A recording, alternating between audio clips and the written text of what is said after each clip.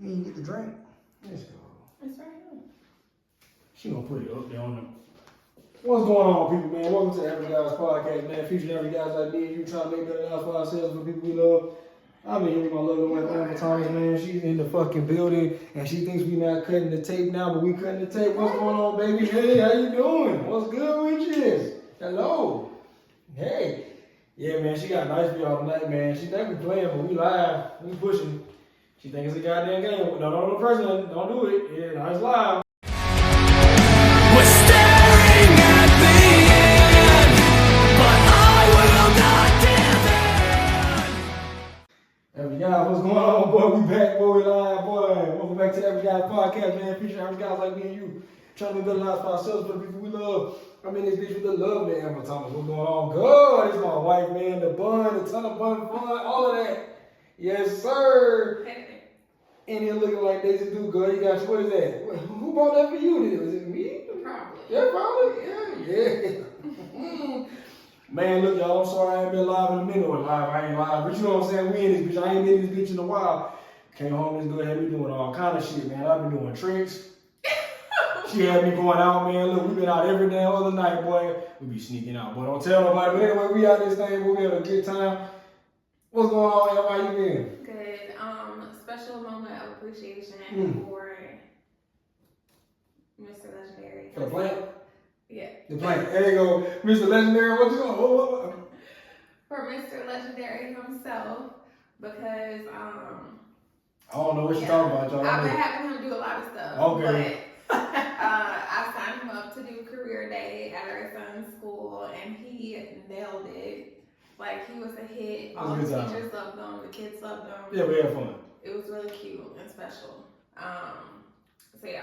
Excellent. Shout out Wonderful. to Daddy. And then also, what else did you do?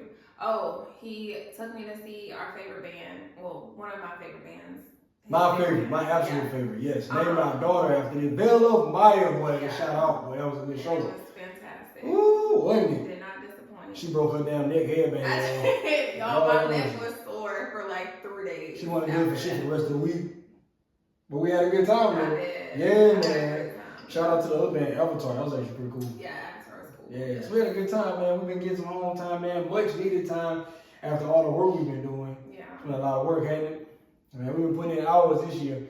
Hours, I mean days, and days, I mean weeks, and weeks, I mean months, goddamn. We've been working, haven't we? We've been home a total of, what, like 17 days? About, yeah, it's about, let's see, 14, yeah, about 17 days at this point, yeah. This year. Made it home for Mother's Day. Yeah, I got home for Mother's Day. I was home for Mother's Day. We did spring break with Ethan. Missed your birthday, unfortunately. But we trying to hustle, man. We on a mission this year. The economy tanking. We trying to get this money up, you know what I'm saying? We got priorities. You know what I'm saying? One of the things we all about is getting our business done first, and we'll delay gratification for later, man. So we've been doing a good job. We've been hustling this year, y'all. We appreciate all the shout and shout out to the mothers, man, for Mother's Day. Shout out to mothers like yourself, to be honest. I mean, we can't make it. Average guys, I always shout out to average guys, future average guys like me and you, trying to make better lives for our people. But the thing is, though, I try to make it a point some episodes to go ahead and shout out the women too, man. The ones that support us do, because I mean, it takes a lot. You know, we always hear, you know, either like this or Andrew Tate or Kevin Samuels, whether it's Myron Fresh Fit, you know what I'm saying? They always mention how it takes a very strong woman to support what they call a high value man, you know what I'm saying? And I'm not going to self-proclaim at this time that I'm a high value, but you know what I'm saying? But it does. I mean, in order for a man to become what he's going to become, like this is like Jordan Peterson, guys say that is the most important thing is the choice in the woman you make, and I think I did a good job. So yeah, shout out mommy. Ooh, I'm trying to do it, fucking it all up, man. Look, I'm awkward on the camera. Let's get it, man. So let's get into some of this subject matter, dude. So speaking on that, man. I don't know, man. We had a few topics that we wanted to discuss. First and foremost, I guess we can get right off into, I don't know. I mean, how you feel about the economy? How do you feel about how people are handling the economy? Because we know it's bad, right? We know it's bad out there right now. You know, the federal government's hiking the interest rate, making it real difficult for people, businesses in particular, to take loans, right? From banks, because banks, of course, have to loan from the federal government. They loan from the federal government. So if they're tightening against the banks, then the banks are going to tighten against the consumer. And the big businesses, a lot of businesses are actually going under at this time because they're not gaining, they don't have the access to the capital that they did have in the previous years. and that's causing a whole bunch of layoffs and chain events in the economy. How do you think the average American is gonna handle that at this time? Good or fucking horribly? Well, bad or worse? I mean, yeah, I mean, yeah, I think it's pretty obvious. Like, we're not handling it well. people just can't hang in there, man. Yeah. I guess a lot of people had a lot of debt. That's what they're seeing. Is the average American consumer has more credit card debt than they have in actual savings at this time, and I mean it's by quite a large margin. We're talking about like they have like 1/4 of the debt that they have or less in savings, so it's pretty bad. And on top of that, the amount of savings that they have is I think average somewhere around like $1,000. Yeah. And I mean that's it's incredibly low, right? We can't talk, but we do. But we got a savings account. We have a small savings account, but we do have most of our I guess you could call it liquidity is sitting in like stocks and options and things like that. So we do have something to sit on, beyond our savings account, and we do have a credit balance at this time. However, And we have assets. and that's the thing about it. I was just gonna get into that. The average American is not sitting on assets, and not sitting on much anything at all, right? So we're running a trucking business, so we've got 2 assets. If we needed to liquidate, we could. You know what I'm saying? At the very worst, we have to file a bankruptcy, but that's something that is at absolute last resort. Obviously, I would liquidate my stocks before I would do anything like that. You know what I'm saying? So we're gonna keep the business afloat by all means necessary. But speaking of that, we're pretty close on paying off our second truck. The work.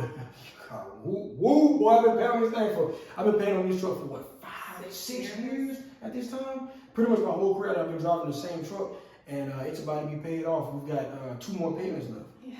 Yeah. So August will be the first month that we make profit with no overhead, right? Well, I mean, very little overhead. Not your typical, keeping the lights running, or in our case, the tank's full, right? Every owner-operator has to pay for fuel. Exactly, fuel, tires, same old maintenance, but have a company running with no actual truck note. Yeah. Right? It's like you own the building at this time. Exactly. You know what I'm saying? Shout out to my man. It's been a long, shout out to you. hard fucking road out there, man. And it's been rough on me too, you know what I'm saying? A long, hard road, but we're almost there. And that's the thing, man. So getting capital, making sure that, that you have what you need to continue making the money that you make. You know what I'm saying? And not everybody's got that security. Like I said before, layoffs coming and sweeping the nation at this time. A lot of people losing their jobs. A lot of people thought that, tech, was going to be the savior. I mean, man, how many people told us back when I was working in petroleum, go ahead and learn the code or whatever. Go code. Learn the code was a joke, a common joke that was used way back when.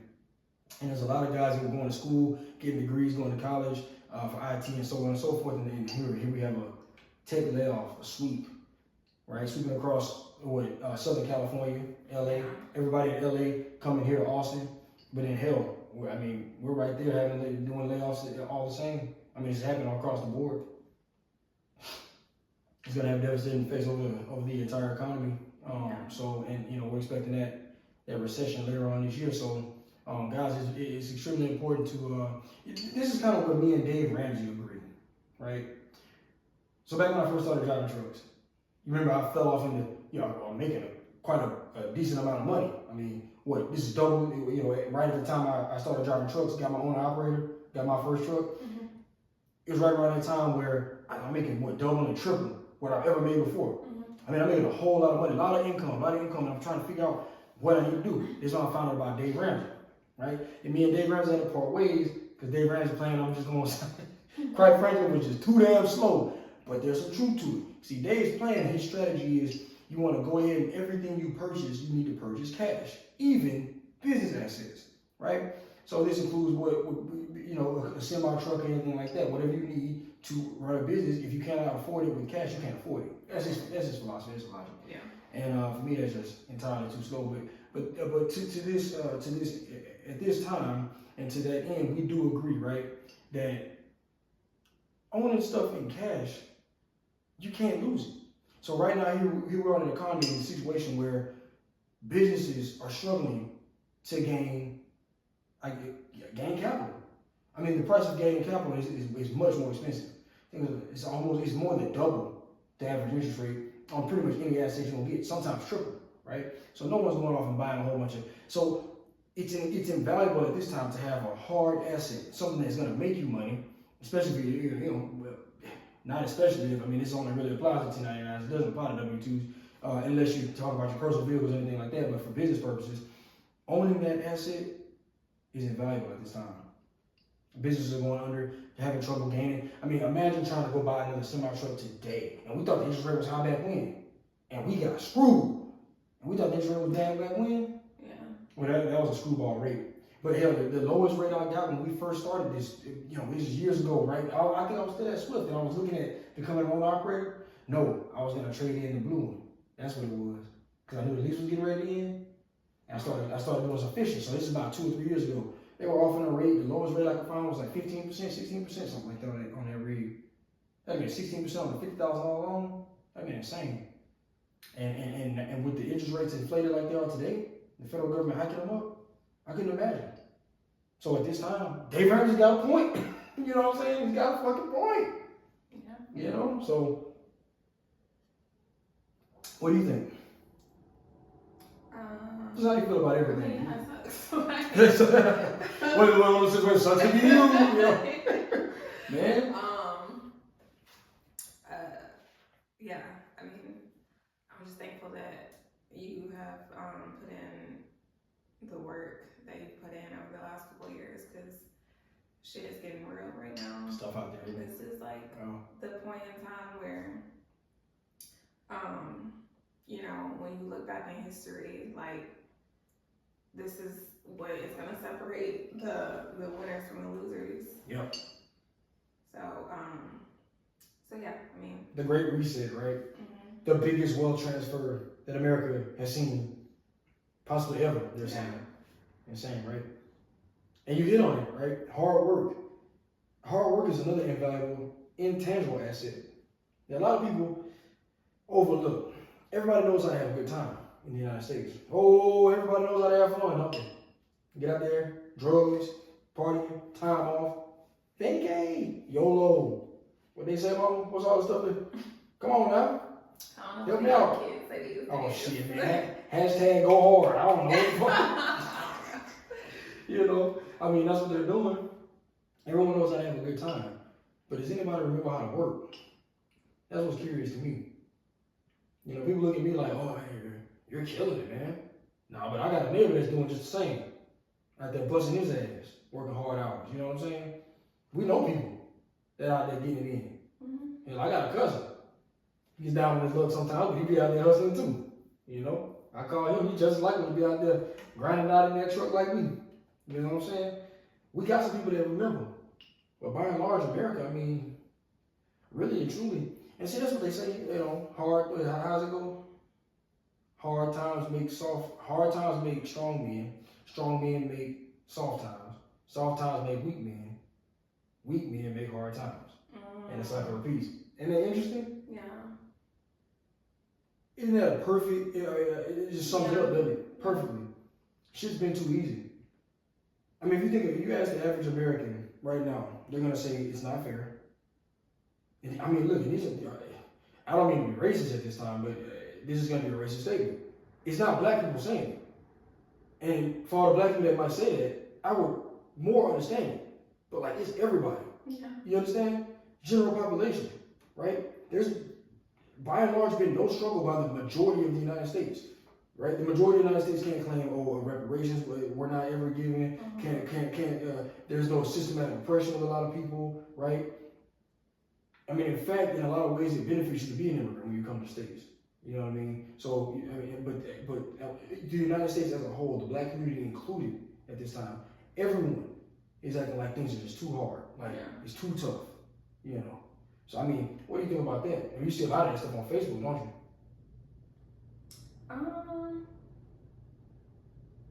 Honestly, I just see a lot of partying and stuff on Facebook. Like you said, everybody knows how to have a good time. So you said it's not the lack of effort, it's more the partying. With the partying comes the lack of effort. Because, if you're spending all your time having a great time, how much effort can you truly put into, trying to do what you need to do to get ahead? And you spend a lot of money on the party, on the lifestyle. Mm-hmm. You know, Yeah. a lot of people. What do you think people spend on the weekends? I mean, we just had the time of our lives. So, what? Yeah. 3-4 days straight? I mean, not Yeah. straight. It wasn't straight. Okay, it wasn't straight. It I mean, wasn't on my straight, weekends, but straight. yeah, I mean, over the last like 10 days, we've gone out like 4 times, and $500-$600 easily. yeah, Gotta and be. I mean, we never do that, so that was like really extreme for us. Mm. But like, I mean, people. That's us getting all the splurge. That's all we backed up.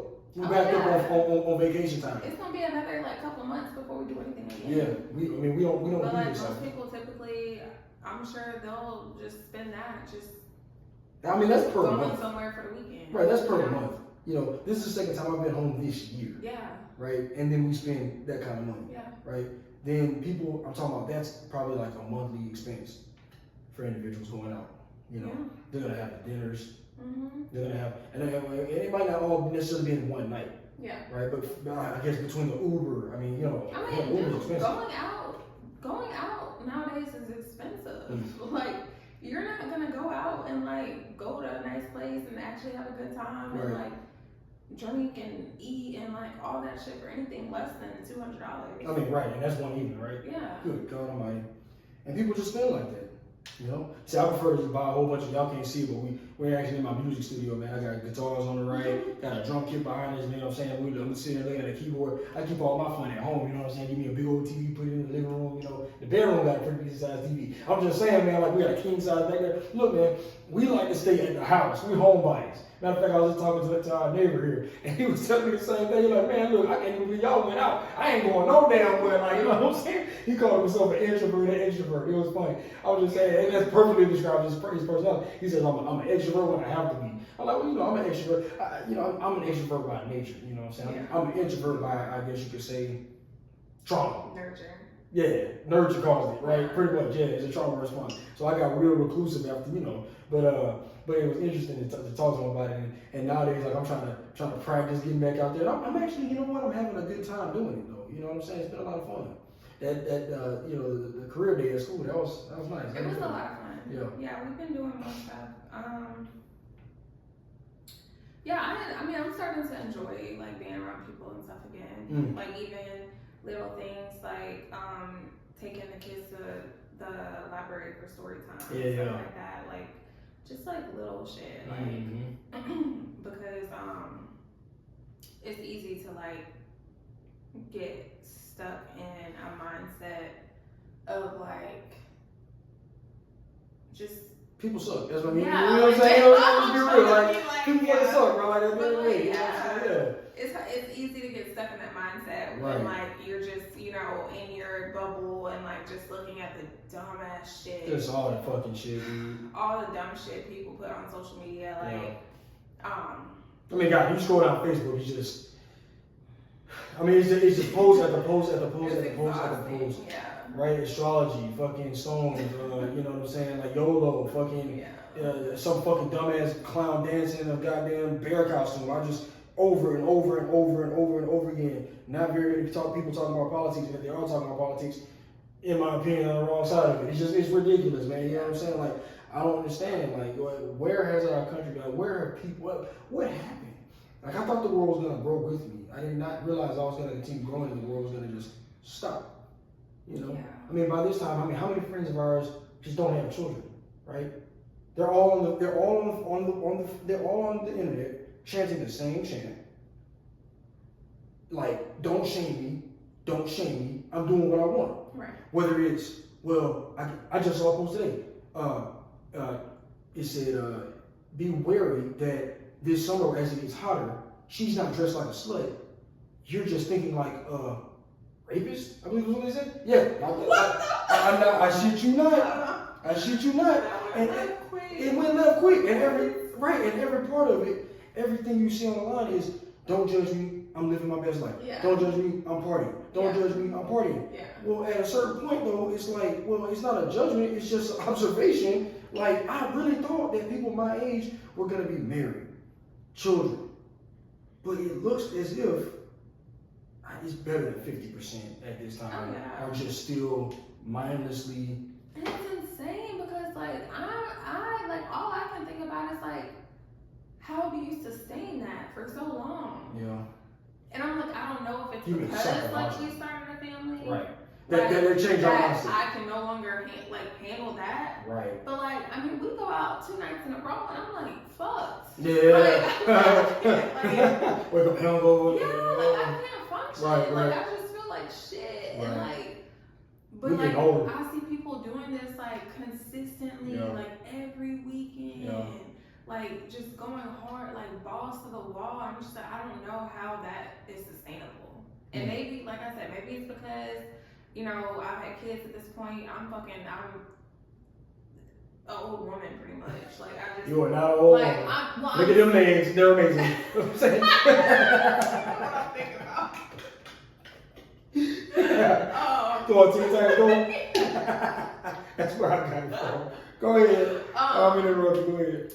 But yeah, no, like if we were not in civilized society, I'm an old woman.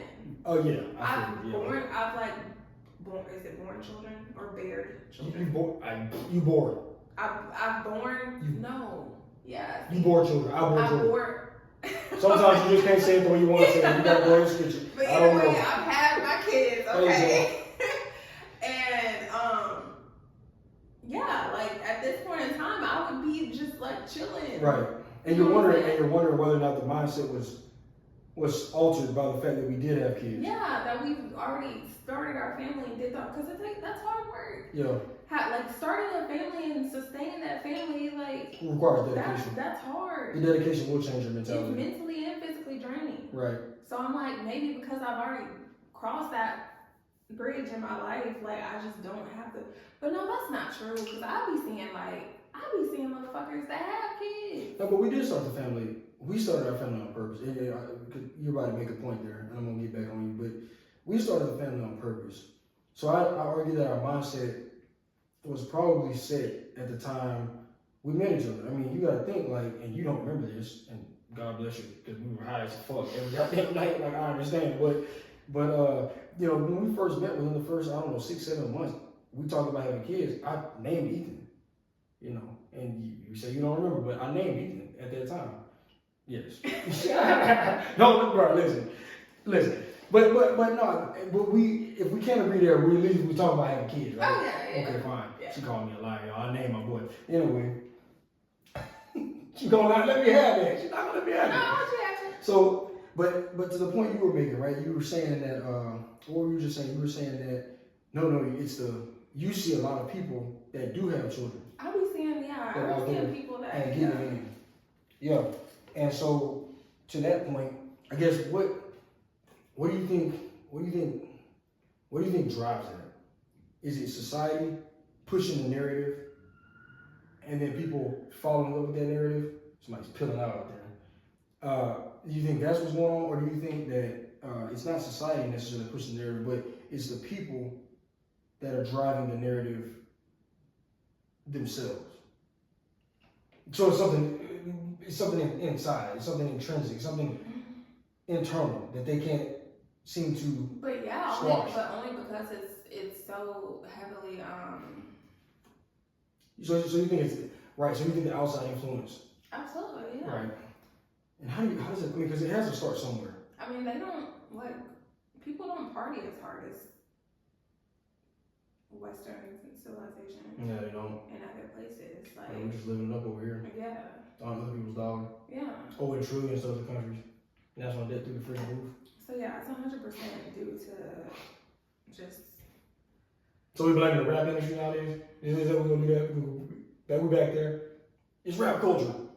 It's these rappers. Well, no, because the only reason rap culture is even a thing is because of how our society was already set up.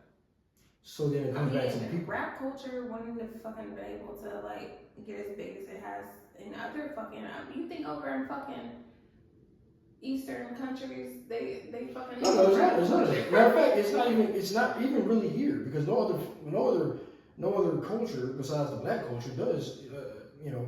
I guess, degrade and denigrate is people with the message that it, I mean, yeah, that but it still, pushes. rapping in hip hop culture is that's the most listened to genre, Well, we say, and you know even what? though we're the minority. And but at this time, I think because we are being too, it's more the pop culture because and I think hip hop is okay. If rap is a subset of like hip hop, Yeah, you can just say pop culture. as a is whole, a yeah. sub, rap is or hip hop is a subset of pop culture. Yeah. So you see where I'm going with this, and then so pop culture, which extends to I mean these other genres.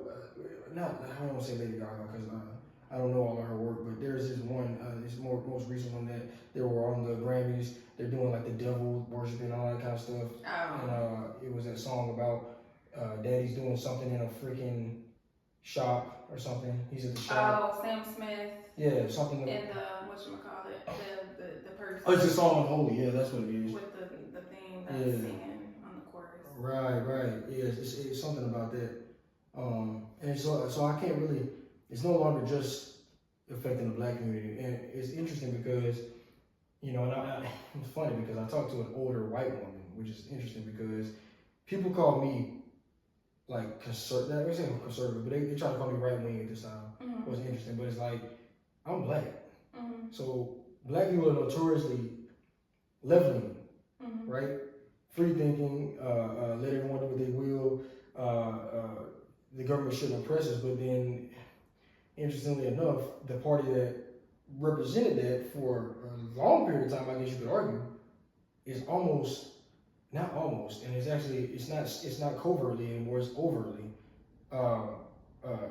It seems oppressive at this time. They want to, it seems like they're pushing some form of an agenda in order that everyone just fall in line, do a certain thing, be happy, as they call it, and ultimately just have nothing is what it seems like going on. Yeah, and it makes sense because I mean, at this point in time, we all know, like, as far as history is concerned, that was the party that did that shit. It is. So I'm like, yes, when we look back, and they was just telling me this. Of course, me, I'm black, right? I'm just like, oh no, it's Republicans are the problem. No. But it seemed like, I mean, the Republicans were the ones that Abraham Lincoln, ran under. And he was a Republican president, released the slaves. right. And they said, well, the party's flopped, and it does seem that. Yeah. People don't even have shit to talk about that. Like, what happened? Oh, like, because what did we hear about Abe Lincoln? Not like kind of recently, but like they were That he wasn't freeing the slaves because he personally felt that he should. It It wasn't a moral thing. Yeah. It's more of a political. Right. Which might be fine. I mean, I'll accept that. Right. The point still stands though that the party itself was the one that was fighting, no matter what, for what reason they were fighting against the pro-slavery movement, which was a democratic movement. Interestingly enough, and my point earlier in bringing up the switch of the party was that I'm dealing with I got a friend online who is actually a mother of a friend that I went to school with years ago, right? This is a grade school friend, a grade school friend's mother. I would consider her a friend.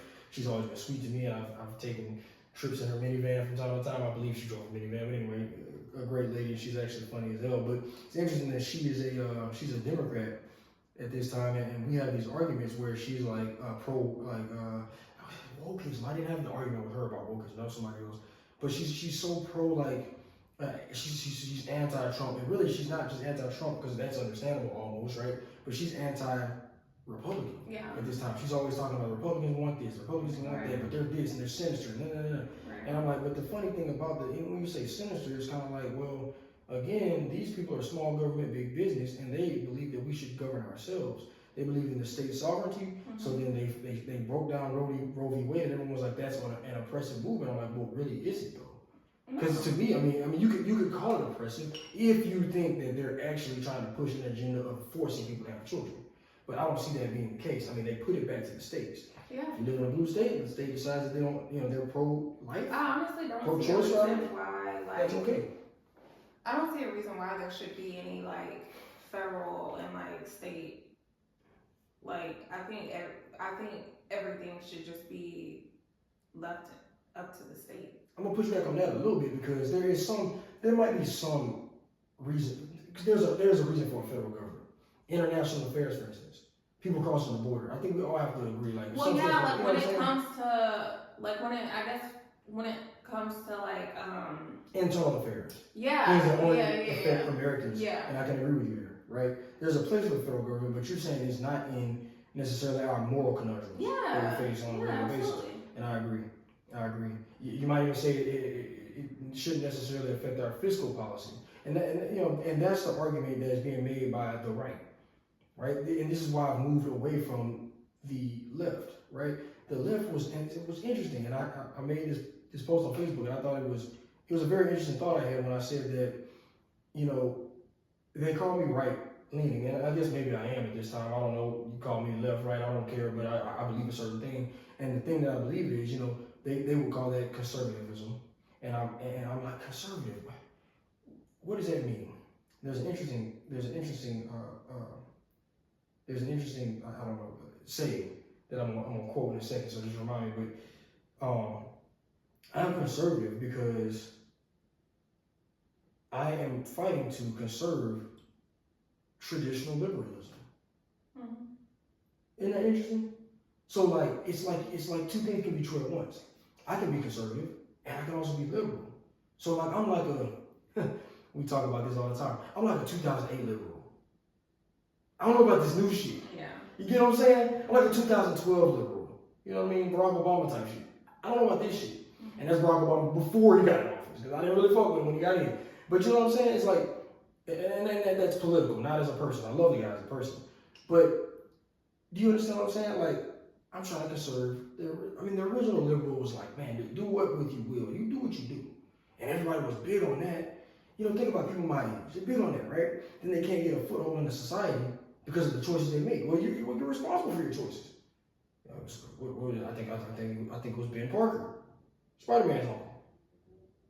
Wasn't it Ben Parker? Wasn't his name Parker? With great power comes great responsibility. Yeah. This is Marvel Comics, people. Okay, right? Yeah. And the saying, the slogan I was gonna talk about was if you are a conservative under the age of 30.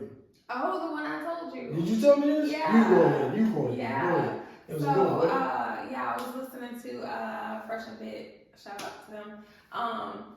But a girl on there was like, if you're a liberal, if you're a conservative under the age of 30, you have no heart. But if you're a liberal over the age of 30, you have no brain. And I was like, what the fuck? Yes, and I heard it before then. Now, it just hits the nail on the head. Yeah. You know what I'm saying? Like, and it just made so much sense. It hit the nail on the head. Yeah. It perfectly describes, I think, our relationship with our culture and our society at this time. You know what I'm saying? Like, at a certain point, I mentioned earlier today in the podcast, I'm sitting there thinking, and I said that black people haven't necessarily had the strongest foothold in American society, especially, based on the slavery, the Jim Crow. And this is what they mean when they talk about systematic oppression. That shit is real. You know what I'm saying? I'm not anti this concept, but at a certain point you have to wonder then, well, you can claim ignorance, and you can claim that over and over again. This is a topic that we should have gotten into discussion. We should get into discussion about. But you can claim ignorance but so long until, it becomes evident that you have evidence. And at this point, you're just being a dumbass. Let's just call it a spade. Yeah. You're just being stupid. And we talked about it before, me and you. And like I said, it'd be I want you to weigh in on it, but people claiming ignorance when knowing me and you. That's what's crazy. People claiming ignorance, but they know me and you. What's up with that?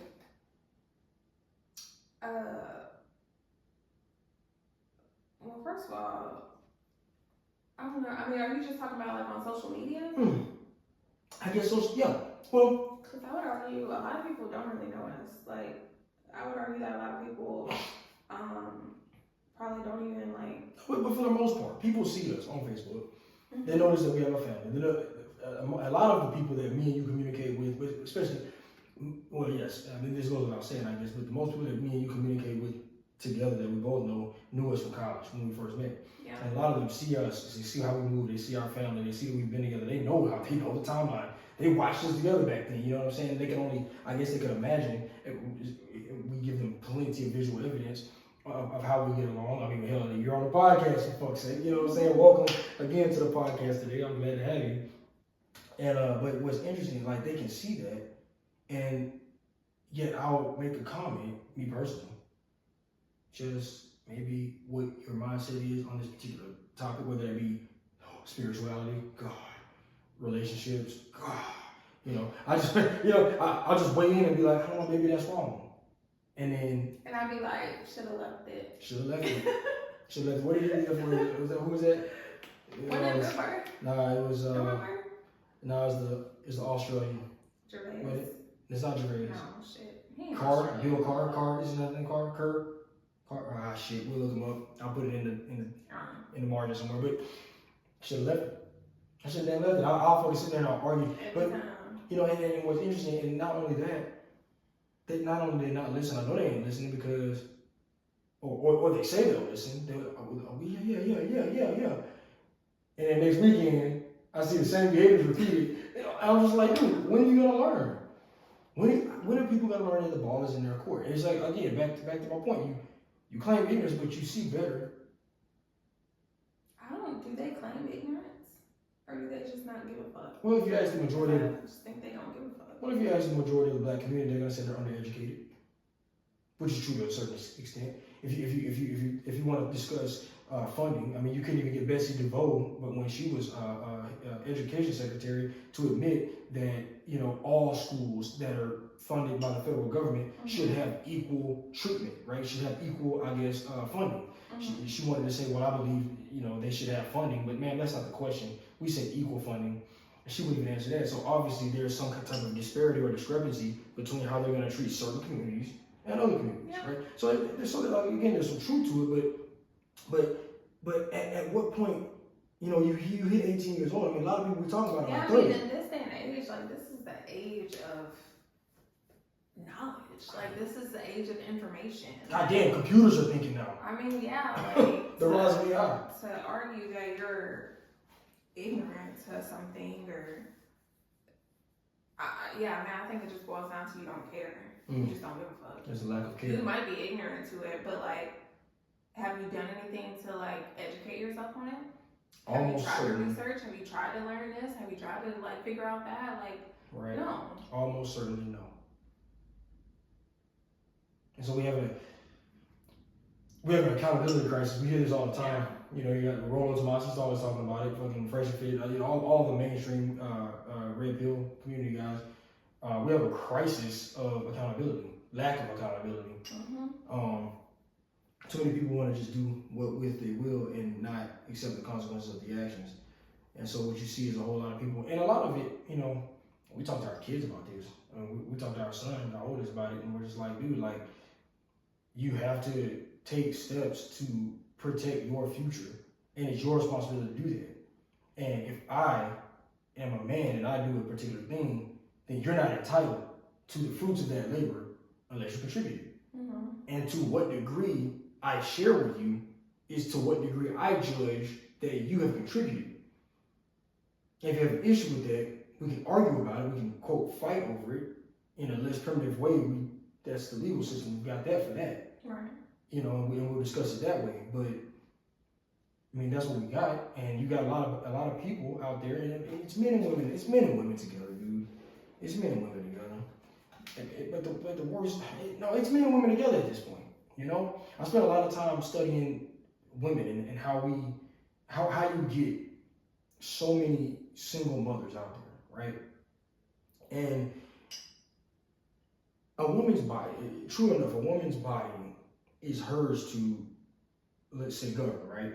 You know, who enters and who doesn't, who's born and who's not. I mean, that's all up to the women. But how is it that so many underproductive men continually get born? And every woman wants to blame the men that they're birthing, the men that they're choosing for not being fathers. But you chose it. And so the accountability can't be left up to the man. However, you gotta look at a man and be like, dude, but like, if you guys want, I can't do that though. That's difficult. That's difficult. It's hard to incentivize a man when he's getting sex. Exactly. Yeah. It's like the lack of sex that incentivizes men to move. Exactly. So I have to, I always have to end up going back. It always comes back to the ladies. It's like, bro, like, 100%. and I'm gonna tell you something. If you trace it back, all this fuckboyism started when all this women movement shit started. 60s, 70s, all this freedom movement, women's rights, do whatever. Women should have the right to vote. See that, but again, there's always a caveat. There's nuance to this. It's just not one size fits all. Black community was impoverished. I Go would ahead. say women always have the ability to be able to vote if they wanted to. Women didn't want to vote. Women chose not to vote because they didn't want to have to be drafted into the military, which is understandable. I don't want to be drafted into the military. Like, I don't know any female that wants to be drafted into the military. So, like, yeah, if I had existed back then, I damn sure would have voted my ass to be like, no, thank you. No, thank you for I'll voting. sit my ass at home. You said fuck that. I'll let my husband vote for me. It's fine. You the one, but we vote. But I vote for you anyway. It just counts for two at this point. Exactly. You just brought up an interesting idea though, because once you split the vote into two, it's essentially what you've done. You split the vote in two. Now you have two household votes, and then now there's an incentive for the government to separate the household. Yeah. And there's They this know incentive. women are more likely to vote Democrat. And then women are more likely to vote Democrat because women are more voting with their feet, Exactly. not with the reals. So they're gonna vote the compassion vote, and the compassion vote appears to be the one that says quote love all, but it also in the blanket love all statement just disregards and abandons all knowledge of who we should love. Like, let's be selective. For instance, like, I think like all of them would agree on that side that we should not, overwhelmingly there's an agreement that the death penalty shouldn't exist, but I'm like, well,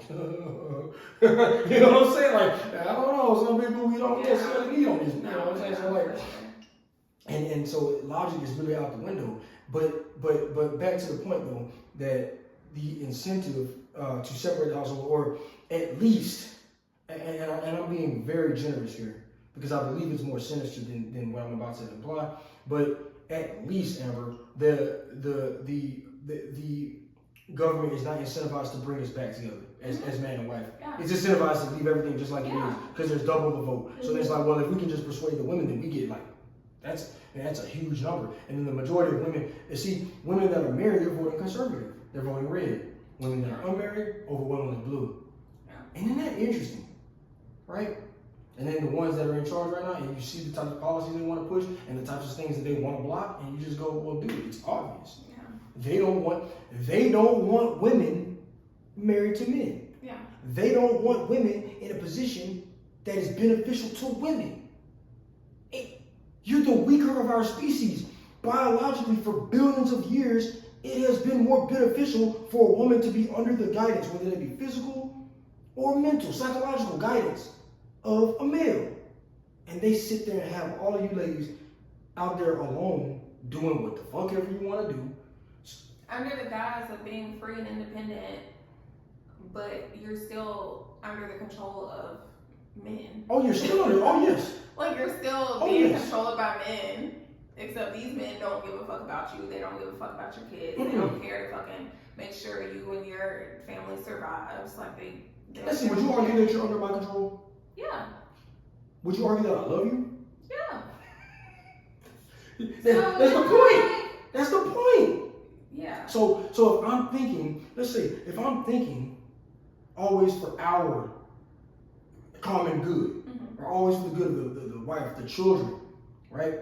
I'm always gonna think for that. You think this man running this corporation got you punching the clock 40 hours a week minimum just to get your health benefits, 40 hours work minimum, then if you want to get a promotion, you gotta work overtime and sometimes do things that you don't really want to do, right?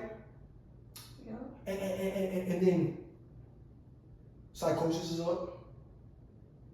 Mental illness is up in women. Are we watching? We wanted to talk about that. We mentioned we wanted to bring that up. Let's bring that up. Mental illness is through the freaking roof. You got both illicit and legal substance abuse through the roof. More people are dying of fentanyl overdoses. And these are teenagers mostly. Yeah. But I'm sure there's some adults in the mix of that. More addiction to whatever substance. And at the most deadly time, to be addicted to anything white, you would argue is the time, is 2023, okay? And you've got more addiction and people cannot break it. They can't break free from it. They're psychologically so burdened by the pressures of everything going on. And what the tyrannical patriarchy, as they call it.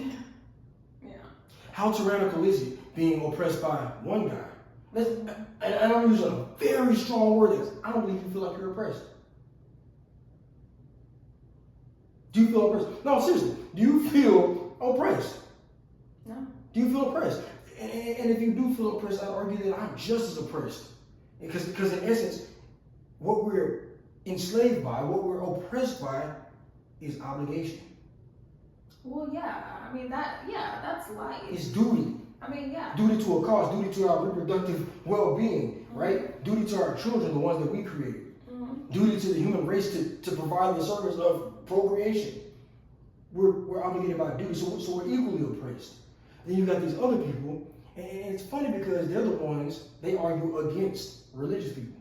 Oh, I love hearing a religious person on the right and a lefty. I love hearing them argue, right? Yeah. Because the irony is uncanny. You know, it's so interesting how they both look at each other and go, well, you're oppressed. So the one that's on the religious person believes that they have free will. Interesting. So does the person on the left. They both believe that they're free to choose and equally enslaved by the rules that govern them. Crazy, right? Now in the same way, I'm oppressed as I just described it. I'm oppressed in the same way. Oppressed by a duty call, the call of nature, I guess you could call it. But we're all free will does not exist. No, yeah, that's what I'm saying. We're all oppressed, no matter how free you may think you are. Like, you still have to do what you can to survive. So, like, you're still gonna go to work. You're still gonna fucking try to make money somehow. Like, so the pursuit of freedom is, would you argue, futile? hell no, because I think ultimate freedom. Okay, yeah, whoa, go ahead. What you say ultimate freedom is? What? Attainable, ain't it? And we getting there. Go ahead, mama, finish it up. I want you to say, go ahead, go ahead. You better preach to them, yo. Hey, there is such thing as financial freedom. Yeah, 100%. I mean, I'm just saying, like, when we're in our mid-40s and we're fucking, y'all gonna see. The sad part about it is nothing's actually free. Energy's always coming from a source. Oh yeah, I mean, we still gonna be working. No, people will be working for us. Well, true, but I mean, we're still we don't literally just get to do nothing. Right. Like, even with, running a business and having people work for you, like, that's work. You're gonna have to do work. But the point is to try and minimize the amount of effort for the maximum, like, output of. Right, the maximum benefit. Yeah. For the least input cost. Yeah. But you'd argue that, but see, this is the thing. Input cost, we talked about that before, right? And a lot of guys don't want to foot the bill. Exactly. Right? Yeah. Which is how guys like me get ahead so far. So far ahead in relation to other guys because they don't want to foot the bill. And the input cost to be the boss, right? Paying the price to be the boss is, or the cost to be the boss, that's how it goes, right? Yeah. And the cost to be the boss at this time is just the same as it always has been, right? Pioneering. Being the first to explore. And a lot of guys, I was discouraged heavily from becoming a truck driver. You name the fucking, the traction, right? You name it, and it was something.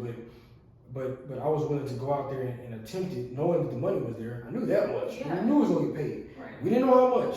We knew we were gonna get paid better. We didn't know how much. You know what I'm saying? But we had to go and we pioneered this, right? So there's fear involved, right? And when you do something risky in that way, it shows bravery. So first and foremost, that you liked it, that you found it attractive. so it worked out psychologically in my benefit in regard to my wife.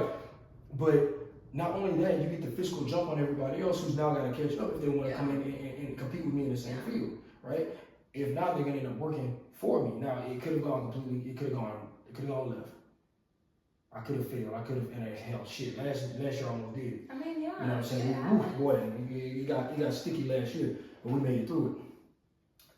So that's the first cause to be the boss, right? And the second cause, man, dude, if I could just be home on weekends, man, I would train the good God. You know what I'm saying? If I could just get to the point where I'm home on the weekends, I would call myself free. At this point, if I could just have the weekends off with you and the kids, I call it free, and that's what we're working towards. But men don't want to pay that cost. Yeah, I mean, ultimately, like, everybody wants to, everybody's striving for, like, this financial freedom. Like, everybody wants to be a millionaire. Everybody wants to, like, not have to, you know, work a 9 to 5 and be able to, like, do whatever the hell they want to do, basically, and not have to stress about money at all. But, like,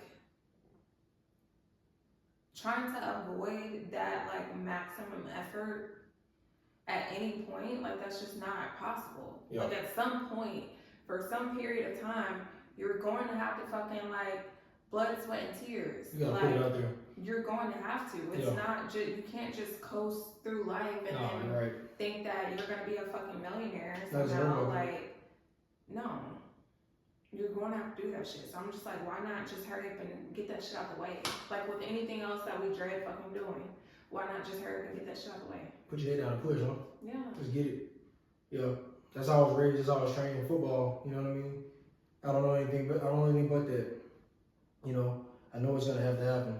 I'm gonna get you some more wine in a second. But yeah, we'll finish this thought. I know it's gotta happen. Yeah. But I'm gonna leave you with a question. I'll be right back. Maybe you can go ahead and start answering. I can hear you in there. But why? Why do people dread that so much? Why do people knowing that they're gonna have to go through trials and tribulations, go through pain and anguish? Why do they delay that? Why don't they just push through it while you're young and have the goddamn strength to do it? I mean, and with women, we're talking about, you know, childbearing. I mean, how hard was it for you? I can't imagine. But they want to delay that shit. They push it back. They're like, well, I'm gonna just do it when I'm 35. Good God Almighty. I'll just freeze my eggs and Just do it do when it. I'm like 45. And how hard is that gonna What be? the fuck? And then you have dumbass bitches coming out here like, oh, like celebrity women, right? They're like, Chelsea, oh, what's her face? I had my first child at 48 and I couldn't be happier. Like, what the fuck?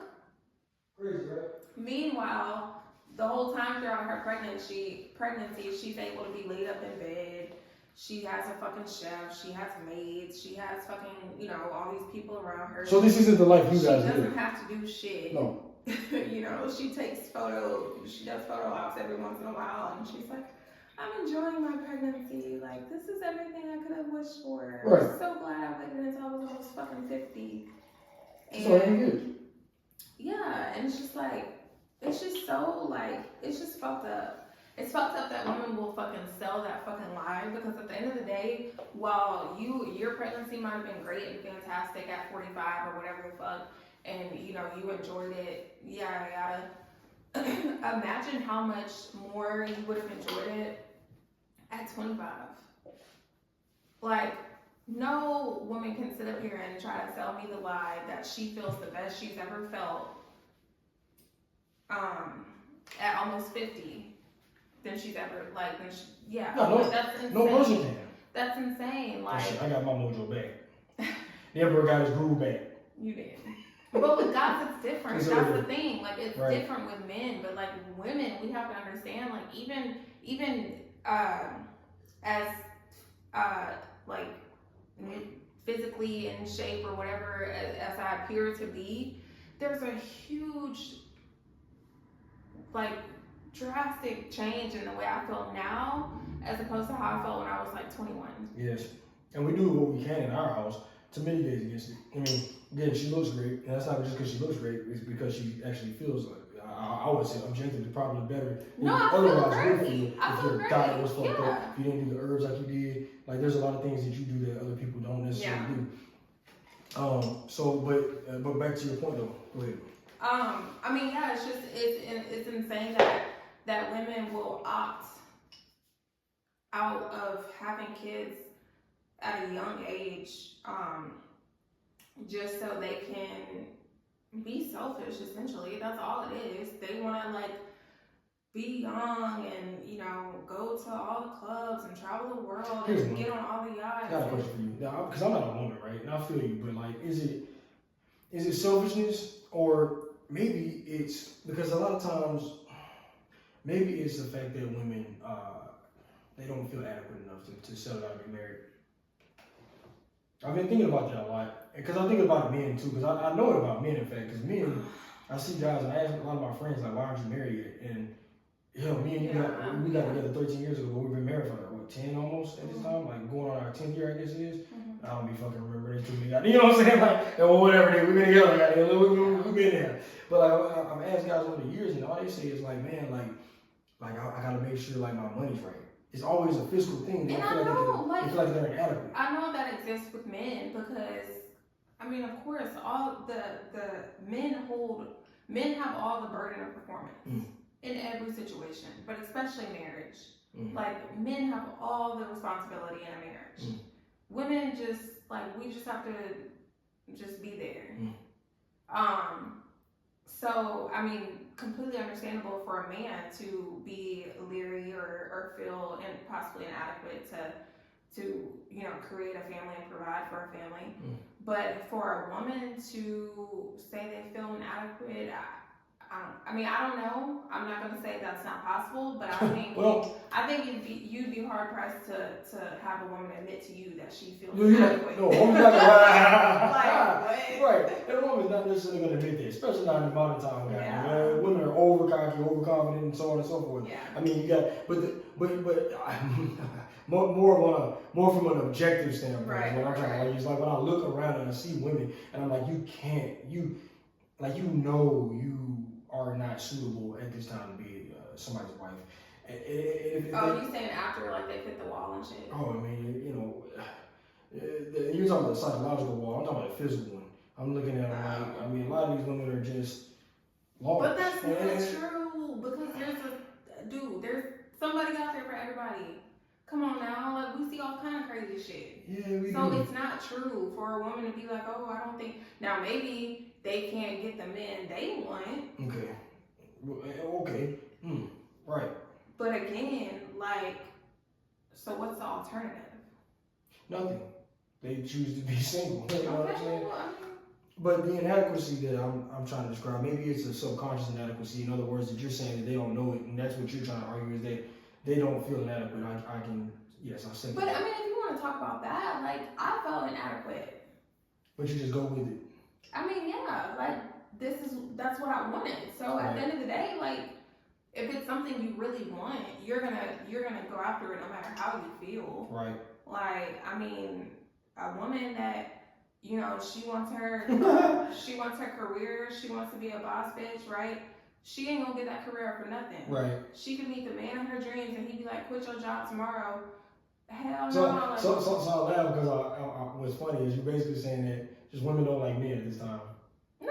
You kind of got me laughing about that. It's like, so they just hate men, right? They just hate oh my, really, and that's what we're suffering from, Yes. right? That's the sickness, the hatred of the men, right? So misandry. So would you argue, and I'm not gonna say this, I don't want to be a hypocrite, so I won't use misandry, but I will argue that women detest or don't strongly literally don't like like. misandry.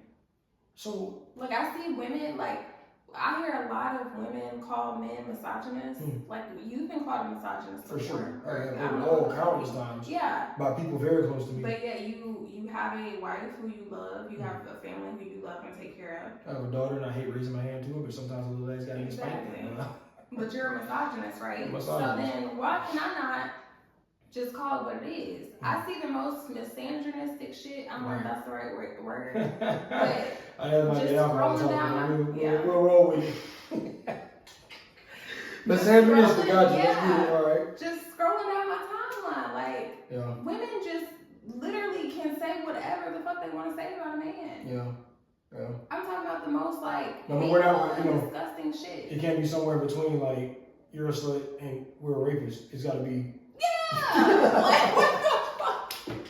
There's no in between there. It's just. Like, if a man looks at a woman who's half naked, he's a rapist? I ain't.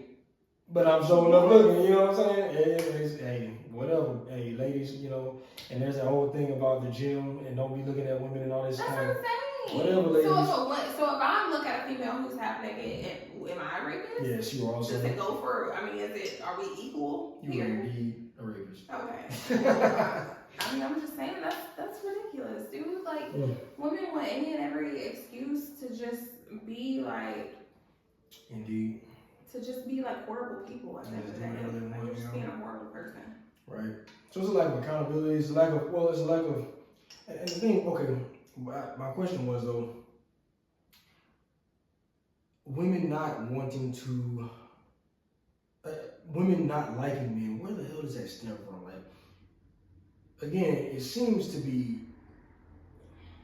a narrative that had been pushed by the few, because there was a few women that pushed it.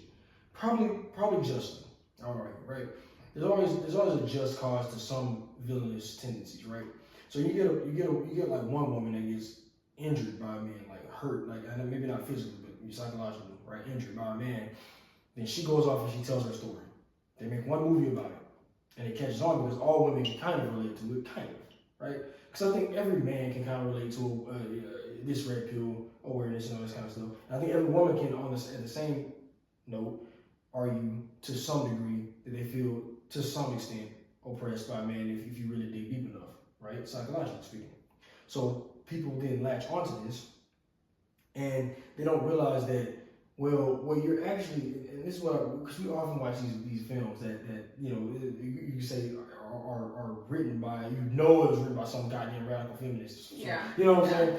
And we can argue that these women are pushing this notion that they don't like men, but it's like, it's funny because, or they're saying that like, oh, I've been through it too, sister. I've seen it. I've seen the damage. I've seen, oh God, this word flows around, narcissistic or, you know, or abusive, and they always say that, right? And then every woman's worried about some kind of getting beat to like sleep, you know, or so I'm kind of like, but like, what I talked about with those other psychological, like, maybe like I understand what this woman's going through and all that, but what the woman that's being like empathetic is experiencing, right, is she doesn't necessarily like, and this goes back to your Miss Andrews comment, which I'm almost having to agree with you here, but she is actually not liking just basically male nature in general. Yeah. She's never actually been physically harmed by a man. You know, she's never had to press charges or call the cops. That's why when challenged by Myron or Kevin Samuels or anyone about the issue, they've never called the police. They don't often get the police involved. Yeah. But they all claim abuse. Every woman that's ever been in a breakup is going to claim abuse. And it's going to be, at the very least, psychological. Or he was a narcissist, for sure. More times than not. 100%. Every girl's ex was a narcissist. So let's talk about that. What are some of the natures of men that you would argue that women have misunderstood?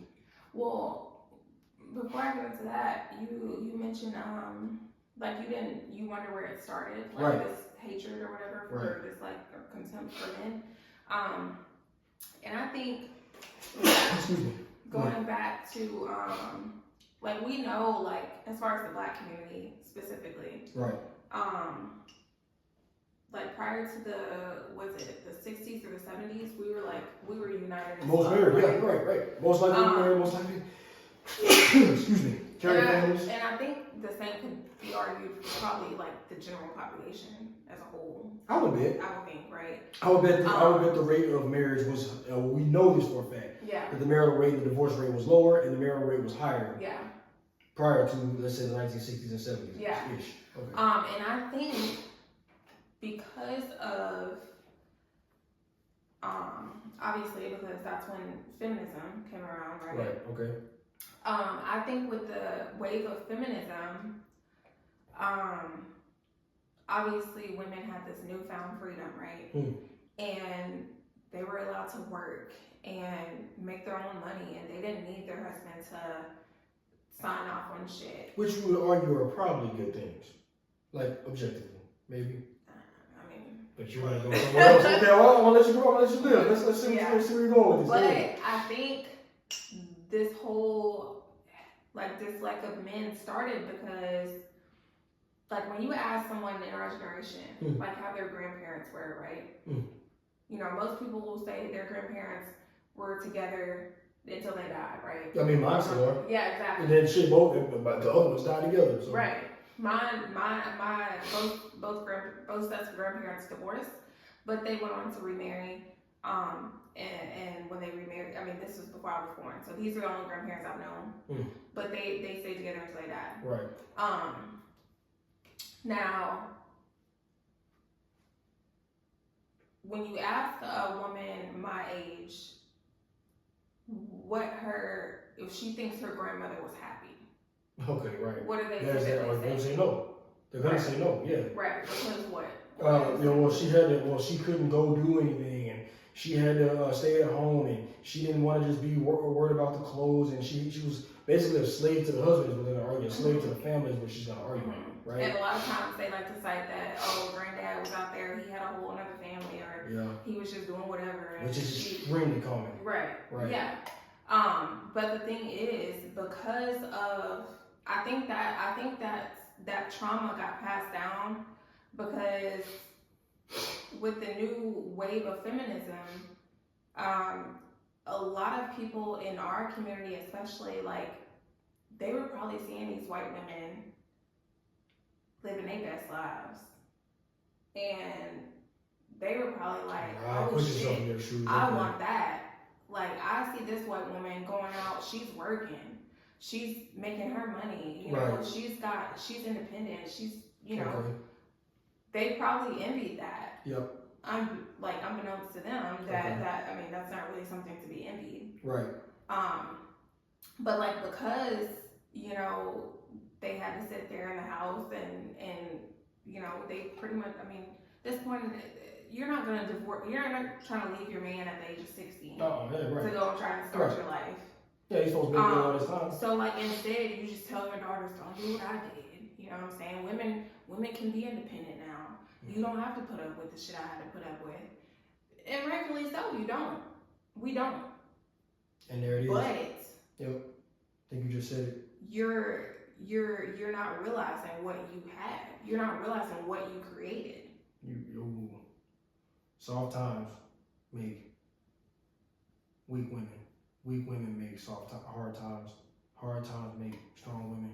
Strong women make soft times. Interesting. It works with women as well. Yeah. There's the roller coaster right there. You had good times. Yeah, you had soft times making weak women who we all regard as strong. Yeah. Right? Yeah. But they're complaining about very modern and basic survival strategy, which is protect the young, feed the young, care for the young. I don't want to. I'm sorry, it's easier now to do that than it ever has been. And mostly it's not even about the kids. They just complain because the husband went and got some strange. So that's what it's all about. Ooh, and you mentioned that earlier. I was gonna because so the most common, we can talk all day about the religious factors, right? The most common religion in the United States, right, or really in the world, it had been for a while, and it's just now being possibly Islam is looking to overtake it within the next decade. But it's certainly Islam at this time is the fastest growing religion, or Abrahamic religion, or any religion for that matter. But Christianity is, I believe, I know it's still the largest in the United States. And what that preaches is this one woman to one man logic. And I heard a woman say on Facebook once, and she was serious about it, very passionate. She says that we are going to sit here and as women argue that we should only have one man. And she was like, well, what you ladies are actually doing is you're screwing us, because you're forcing this great man who could probably provide for like 3 or 4 of us to settle with just one of us, and he's going to have to choose what he considers best of us, right? Instead of choosing a larger variety of us, and actually giving more women access to high value men at that time, right? And we could argue that that system was created by, well, the powers that be to create the very system that we have now, which is a reproductive basic organ for the society as a whole, right? As you are the working class and we need to make you reproduce, but we also need to keep the men from revolting. And if we want to keep the men from revolting, we got to get them laid. Yeah.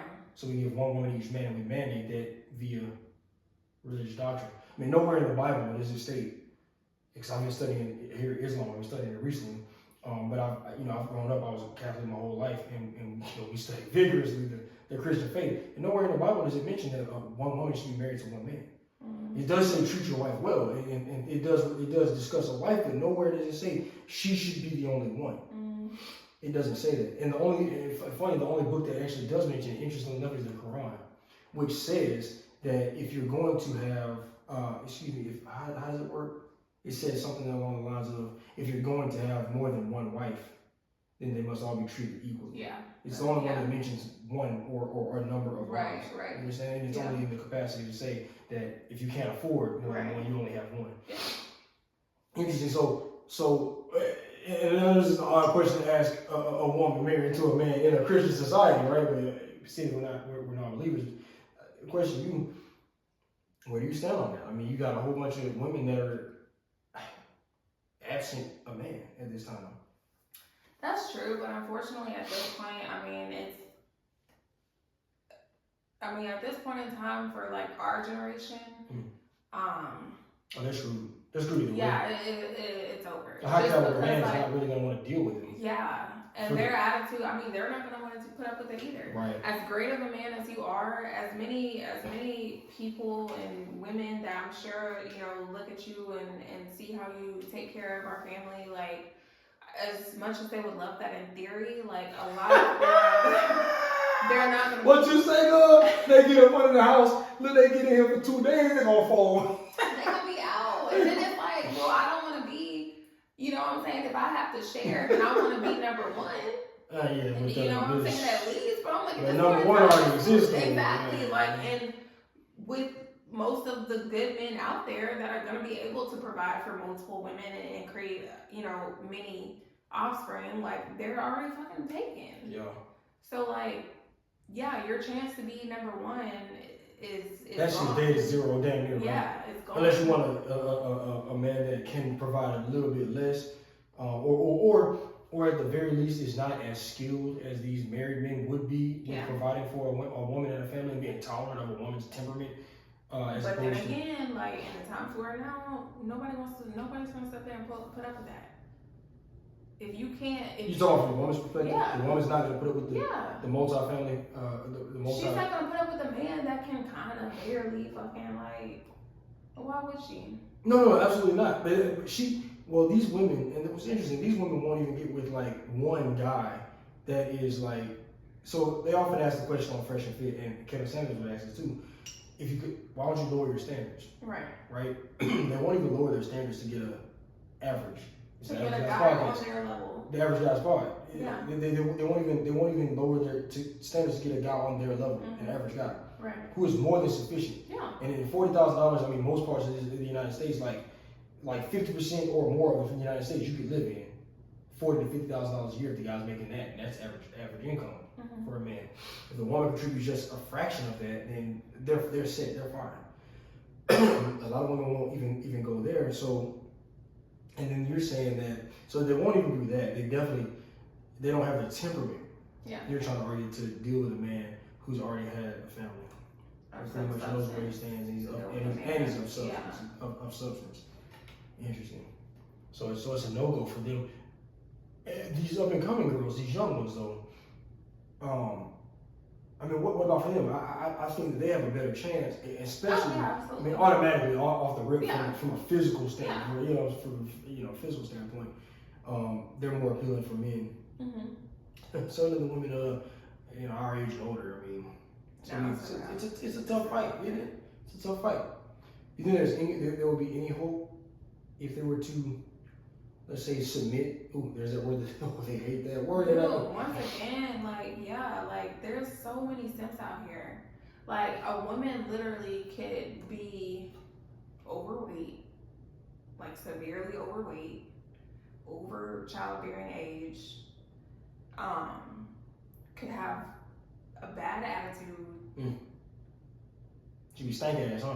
Yeah. And like, there's a simp that will fucking Somebody gonna deal with it. fall at her feet. Right, somebody gonna marry her, is what you're Yeah. saying. Okay, somebody will take her in. So what you're arguing is that, what? Just lower your fucking standards, ladies. You don't want to deal with I polygamy. mean, No. Polygyny, is it? Yes. Polygyny would be yeah. one man, multiple women. Polygyny. We'll look that up. Put it I in. always get those confused. Me too. Is it polygyny or philandry or something, like whatever? But the point is that one man, multiple women. Most women aren't gonna deal with that. If you're not gonna want to deal with that, go ahead and lower your standards. That's what you're saying.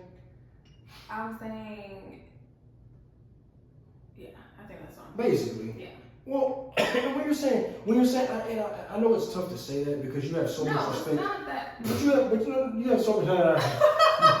Well, hear me out. Okay, We're gonna punchline. You already spitting out your damn drink now. Hold on, goddamn. Look. Sorry. Because you have so much respect for men, Yes. Okay. you have trouble saying the words like a woman must lower her standards. Lower. Because I think that you and I know this about you, but they don't know, so we'll tell them.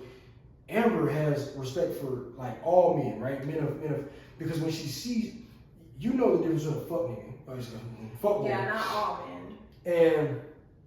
and a good man, right? Yeah. So, but when you see a quality man that, let's say, has a decent job, $40,000 a year, works at a shoe store, you see a good guy, and you say, well, shit, okay, Yeah. he's acceptable. I know a So man that will love a woman and take care of her and love his family. And when you see one, Yeah. and yet these women call that lowering their standards. Right. They call a good man Right. beneath them. them. Yeah. And that is, to me, the wildest thing. We walk through Walmart. We live in a pretty decent neighborhood. We got people running around, health conscious, people walking dogs and running dogs and shit all up and down the sidewalk all the times of the day and night. Yeah, we go to Walmart, and there's women that are easily 10, 20, 30, 40 pounds heavier than me walking around here. And I'm 5'9", 162-ish. I've been working out, pretty decent muscle mass, pretty strong.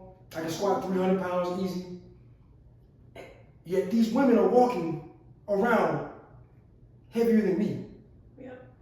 And these are the same ladies that are suggesting that they are too good for your average guy. The gentleman that I speak with, the gentleman that I talk to on the pod, Yeah. they're talking, they're too good for these guys. Yeah. And to you, that's offensive. Yeah. Because you met me, the average kid. Yeah. I was a kid Yeah. when you met me. But I had a personality, I had dreadlocks at the time, nigga with a ball, you know what I'm saying? And some, Look at his smile, y'all.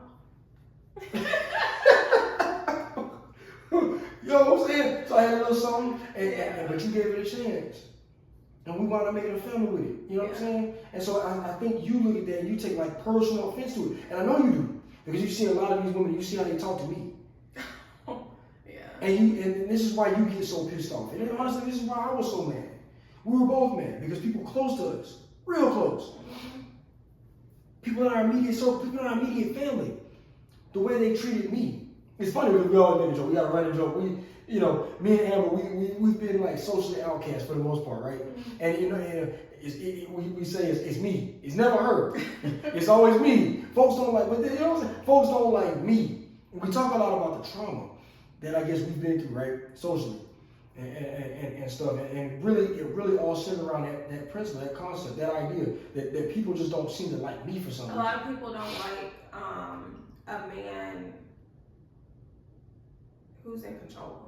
I mean, just period. Like, people will love your family, but God, they expect us to operate the way that the majority of society operates at this point in time. Right. Like, they expect him to, which I don't even know how to say this because I'm like, you do, but it's like they've vow taken to worship the woman. Yeah, but I'm like, they've taken like some of the things like in a sacred traditional marriage, I guess, for lack of a better word, and like turned it something ugly.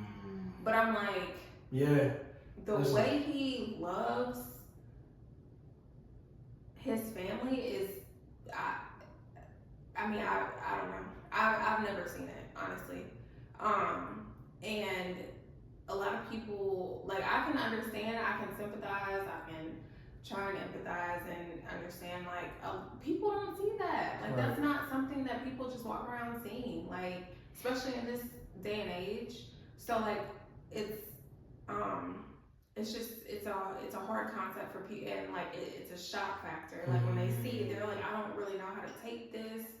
Like, you know, I see them, they're having a good time, like, you can tell they love each other, but, like, some of the things he says just But listen to how he makes me, talks. yeah, like, he just makes me feel like a certain way, but, like, she loves it, like, she's laughing at all his jokes, fucking, like, she's fucking having a great fucking time, but, like, I don't know, like, I just don't like the way he just says certain things. God. You know, and I don't know, like, I don't know what the fuck we were. But yeah, I get very upset. That was part of the course. I get very upset when women, especially, act like they're too good, but we were talking about acting like they're too good for men in general. But and it got personal. But you're still, I mean, you're part of the course right there. Women don't typically like men that take charge, but they. But secretly they do. Yeah, you know what I'm saying. Like secretly but they biologically do. Yeah. Like it's definitely appealing. Yeah. Right, to women. And they always love me at first. Mm-hmm. And I don't want to call any names, but you ladies know who you are if you watch my podcast. No, they do love you at first. And they don't watch my podcast. And I honestly think it's because like you said it, I mean, it's not anything that we can help. Like, biologically speaking, a woman sees the most, like, she's gonna see the loudest nigga in the room. Yes. Like, she gonna see the nigga that is peacocking. Right. Right. That's why it's peacocking. Right. And that's not anything that we can help. So, like, you know, women love him at first. Like, how could you not? He's fucking hilarious. He's funny. He's funny as shit. He got jokes. Like, he's gonna make sure, like, you're taken care of. Yeah. But it's funny, when a woman's at my table, she never has to stand up. I mean, you've seen, let's go back to the Hooters days. With the exception of the waitresses who had to go get us the food and shit like that, right? It's their fucking job, right? Yeah. But like, women don't have to get up at my table. Yeah. Women come sit down at my table and whatever the fuck is needed to be done gets done. Just because I don't know, I feel like that's the role of a male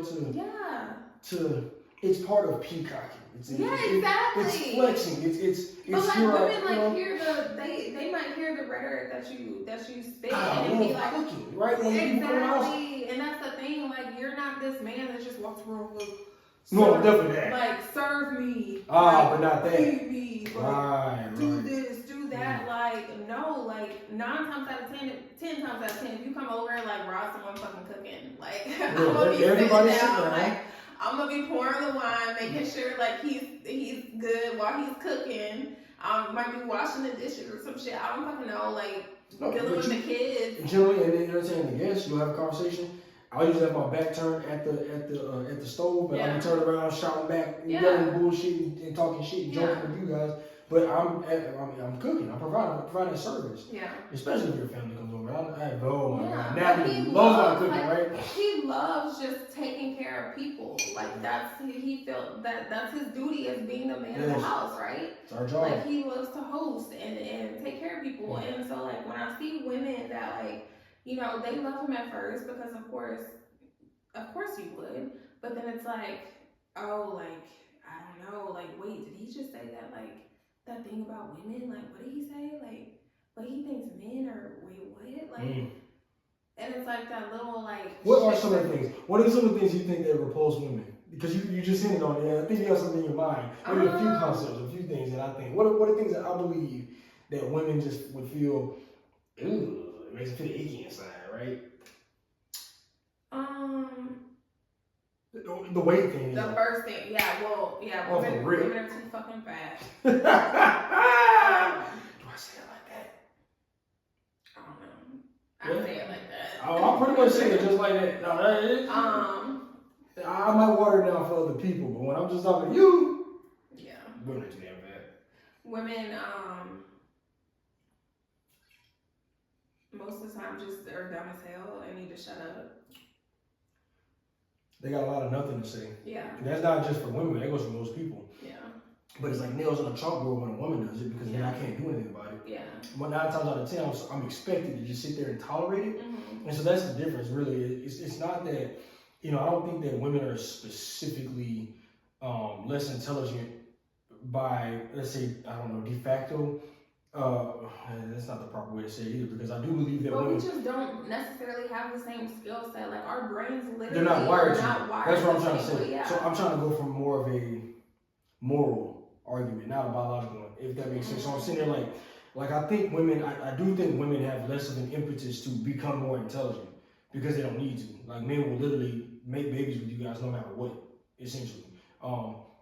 So somebody made a post the other day. It was interesting, but it was like it was saying something along the lines of that. Well, it's as long margin as what men have to do, but like women just like have to breathe. And so like there's no impetus for you guys to get any better after you leave high school. It's just like you stay that about that smart, unless you meet a smart man and you admire him, in which case you will continue to learn.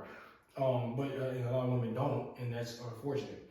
But so it's not a moral argument, but it's just the fact that women just don't have an impetus to. And then when they come to me and they're in that less intellectually savvy state of being, and they talk to me and we have a conversation. I'll have a conversation with anyone. I'm not one of those people that's I won't argue with them. I don't argue. I love the argument. I love the debate, and I especially enjoy informing, right? Because I love bringing like knowledge to people when they didn't have any. That's why I'm doing this podcast. For fuck's sake. God damn it. 30 subscribers, I get no damn likes. Like, subscribe, share, do all that shit. Yeah, I haven't said that yet. I'm gonna put that in anyway. But and they come to me and I have to listen to that shit. And that's why it's so egregious. Yeah. Because like I can't physically harm them. Yeah. You know, I'm expected to like not even yell at them. Like I'm expected to be keep the peace and be this bitch ass. And it's fucked up. Like, I'm like, bro, like some of the shit ladies say, I'm just like, bro, that's dumb as shit.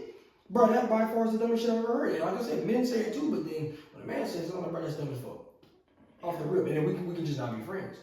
But then a lot of people that, and this is dumb, a lot of women that do that shit, they're close to us. And I have to accept the dumb shit I hear in order that I just have them in our presence. Because we need that. I mean, it's not just that you need it, we need it. I mean, we're social creatures, humans are. Yeah. And I've been forced to now like accept people doing dumb shit around me, and I have to watch it. I have to watch people I love, like, literally psychologically mutilate themselves. Yeah. And I have to sit there and just watch it. For the sake of, like, human companionship. Yeah, it's a sad situation, for sure, because, that was the hardest thing for me to learn to do, too, man. Yeah, because like you said, when you grow and learn and evolve as a human being, you expect everyone else around you to be doing the same, and then like you just look up one day and you're like, what the fuck? Yeah. Why is nobody else? Yeah, why is no one here? Like, why don't I hear that? I looked up when I put my head there. We talked about putting the head down and pushing. I put my head down and I just started pushing. Yeah. I started grinding. And I looked up, kind of like a groundhog, like it's a thunderstorm was happening, or like some fucking like predators just came and we got on the ground and we popped up like, who's still here, nigga? Ain't nobody here? God damn, like nobody made it. And it's just like, bro, like, why y'all ain't at the party too? And you ask like 2 questions, you start to realize that, and it's just like, well, damn. Here we are. No, like while we were like creating our family and like, you know, trying to learn about how to just navigate the world and like put ourselves in a better position. Like everybody else got sucked into the whole like the blame statement. What? Literally all the shit that doesn't fucking matter. Like all the fucking spirituality and the fucking like the fucking the moon and the rocks and the fucking the going back to our stop. We got listeners that don't like that necessarily. I'm just saying, like, dude, like this shit's insane. Like people got sucked into like literally if you and they fell away from Christianity, which is interesting. Yeah. And I told a lot of them, like, you fall away from Christianity, make sure, because the human mind has a strong pull, a strong propensity toward believing things that they can't prove.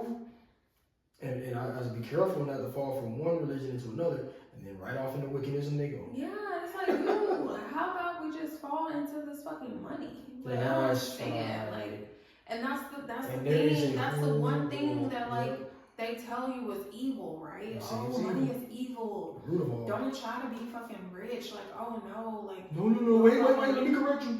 It's the love of money, which is Oh. that's the same shit. Oh, That's the okay. same damn Yeah, that's concept. right. Don't be greedy. That's the concept. The same shit. She's Yeah. saying the same thing. Go ahead. But at the end of the day, There's it's just like, something to it. dude, like, that's the only thing that we all somehow recognize, no matter if you're religious or not, no matter if you claim to be woke or not, no matter if you're left or right, whatever the fuck, like, that's the one thing we all recognize that we fucking need to survive. I tell a nigga. Like, literally, that's what we're all fucking striving for. I tell people all day long, Amber, if money is the root of all evil, and that's what you believe, give me all yours. Exactly. And like, Yeah. no one's ever done that. Yeah. So I call BS on that concept. Yeah. So another thing, what else do women find repulsive? We talked about the weight thing, right? Mhm. What would be another big thing? Not just maybe me, right? The other. Oh, just minutes. Yeah, because I'm like, Right. you don't really need. I mean, you know, I don't. Yeah. You agree with everything I say, right?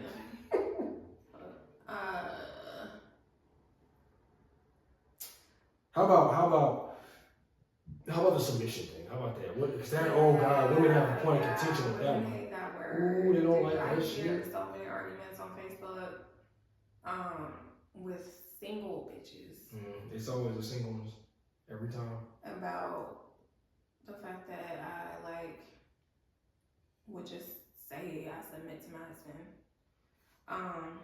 Such a weird word. And yeah, I don't know why that's such a trigger word for people. Right. But I mean, submission is great. Now, don't get me wrong. Like, I'm very much a woman born in the '90s, and I came up, you know, throughout the whole, Well, the modern times. like, You came up through the from- Nicki Minaj and the and TLC, yeah, what you getting like, right there. yeah, like I grew up singing that shit. I ain't have no. I be 9 years, y'all. I beg my parents for a fucking karaoke machine. Sing all the bullshit. But, right? yeah, singing all that shit. I have no business singing.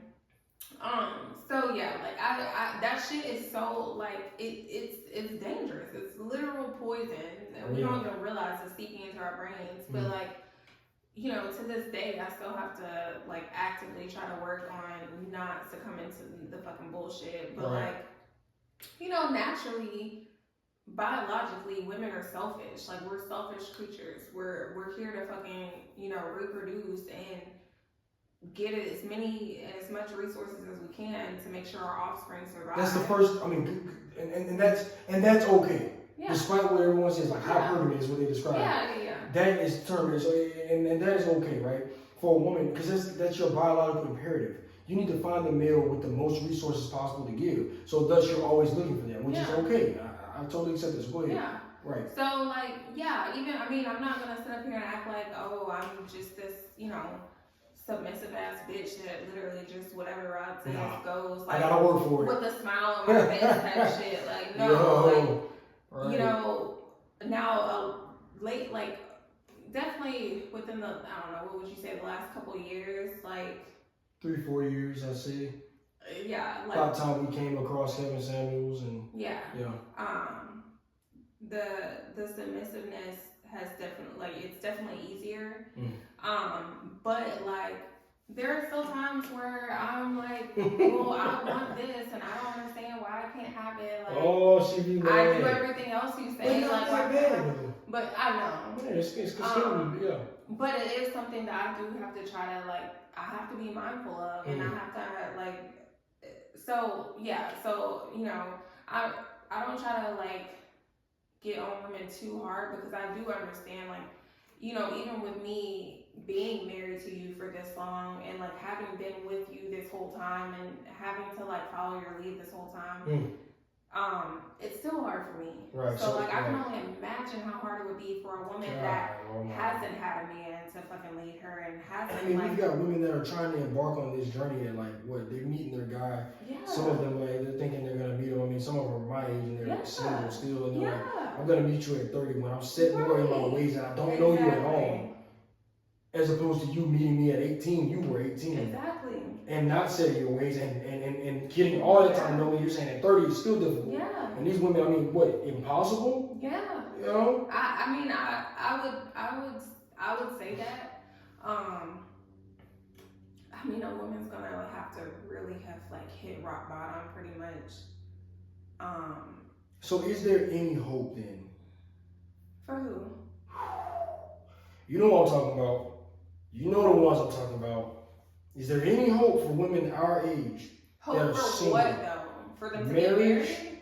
Children, There's hope to get married. the whole shebang, what we've got going, the whole, what should I say? Is there any hope for a traditional marriage and a long-lasting, loving? No. Ooh. No, not for traditional marriage, not for it to be long lasting. No. I think there's hope for women in this modern day and age who, you know, hold fast to all the modern ideals of feminism. There's hope for them to find some simp that'll marry them. But we know the data and statistics. Eventually, they're gonna leave them. The woman's gonna leave the man. Yeah, eventually the woman's gonna leave. Because 4 out of 5 divorces are initiated by Yeah. women. Yeah. Unfortunately. So I mean, they might get married, just so they can say they, you know, they did it and they made a family or whatever. But, you know, I don't look at that as anything if it doesn't last. So here's another question. So oftentimes I ask you, when women, let's see, if modern women are to have a relationship with a man and marry and have the traditional family, when I ask you if there's any hope, you say no. But what mentality, what mindset would they have to take up? How drastic of a change would it be for them to make this a reality for I them? honestly don't think it's possible. I mean, like I said, unless a woman has hit complete rock bottom, but that means she's gone through some shit. Which means, like, you know what I'm saying? Like, either way, She's been through the gutter. Like, yeah, Right. it's like, you know, that's still gonna carry some trauma of its own. So I'm like, is it really gonna be possible for you to like 100% change? Mhm. No, I haven't 100% changed. Like I said, That is true. That is I true. still have my ways. Yeah, we have relapses. Yeah, exactly. Feminist relapses. Yeah, I still have relapses, yes. Okay, so I still relapses. have relapses. And that feminism is a hell of a drug. Oh my god, no. It's not even a laughing matter, y'all. Because it It's so really dis- is. Right? Because it tears apart the fabric of what can create. It tears apart the fabric of what creates bonds, Yeah. human bonds. And you know, it's interesting because I still Literally what our society is run on. right.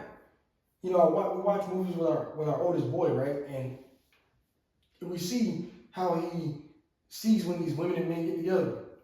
And I always tell him, you know, I joke last time, I'm like, you know, see, son, that's what happens when men and women, you know, they get together and they like each other. Yeah. And they start doing that thing that they get together and they can't get away from each other. They end up making babies, making family. And that's that thing but that thing that I'm describing, that thing, that mental, that psychological connection, right? That has been so, it's pivotal, it's essential. It's necessary, right? Yeah. In order to allow for our society to continue, or for the human race, to flourish continue, and right? thrive, like, I mean, there cannot be more of you can't us just keep without having a that. single, yeah, like, You know what I'm saying? mhm. And that very entity that, I'm not a Christian or anything, I'm not a religious person, or what is that spirit? Jordan Peterson often does this too, and he's not religious, I don't believe, but he often says the spirit of, and I think metaphorically speaking, but it's being destroyed. Mhm. That Yeah. whatever that entity is, that force is being destroyed by a countermeasure against the psychological well-being of the nuclear family. So we're at that point here, and I mean, basically what you've argued is that we're at a tipping point, that there is maybe we're at the point of no return, especially for people that, you know, what do you say, like 30 and up? Oh, 30 and up. That's a wrap. I mean, Because I think we both can agree that's yeah, no. that's pretty far gone. And I would 25 argue and even up? 20. 25 is I mean, probably where they put the wall? 17. 27. They put the wall 27. Well, you know, 28. Rolo puts that bitch about like 28, 29. 28. You know. 28, you're fucked. If anybody hasn't read the book, man, that's The Rational Male. I'm gonna give the man some free advertisement, man. That's Rollo Tomashi's book. The Rational Male. He puts the wall right there at about 28, 29 years Yeah, old. I would agree with that. 28, anything past 28. I mean, dude, because I mean, I was just 28. I feel like. How do you feel to be a 28-year-old woman? Because I've never been one. I don't remember. Like, I know, like, I never will be one. I was just 28 Mhm. in the span of life. But, Yeah. like, that was a long ass time ago. 3 years. And, yeah. What? And, Happy like, every 31st, by the way. I don't know if I said that oh, publicly, thank but you. yes, you do wonderful with it. But, all right. Stop. Oh God, I'm blushing. Anyway, what was I saying? You were talking about the wall. Oh, Hitting yeah, the 28. Dude, if you're a 28-year-old woman, like, I don't know. I mean, I don't know. It's so hard for me to put myself in that mindset Because you were married at that at time. 28, yeah, I Hell, was we was having my having third kids. kid. We're having a third. We're having a third at 28. Yeah. And like, you know, I knew like that was it. Like I was done creating my family. Right. And that was it. And I could just focus on like. But having never started it. And hitting what they call the wall. And for you guys, I mean, most of my viewers probably know, right? The wall. There's that moment where a woman, you know, she realizes that, hey, you know, I'm getting older and these guys, they're like not choosing me anymore because I am looking different, right? And a lot of them, it's accentuated by the fact that they gain so much weight in such a quick amount of time. They talk about the freshman 15. I mean, Jesus Christ, the women nowadays are getting the freshman like 25. It's getting like, it's fucking ridiculous, right? You know what I'm saying? Like that's a minimum, isn't it? And it's getting ridiculous. And by the time they're 28, you know, the looks, the attention, the male attraction goes down. And they reach a point, and the irony of that is that they reach that moment mentally that like they're like, oh, I need to do something about this, I need to settle down, and then the guys aren't looking anymore. Yeah. Right. And so what you're arguing, and what you're arguing is essentially what most of the Red Pill guys are. Kevin Samuels, the late and great, goddammit, you know, the Rolos, the Rich Coopers, you know, the Fresh and Fit.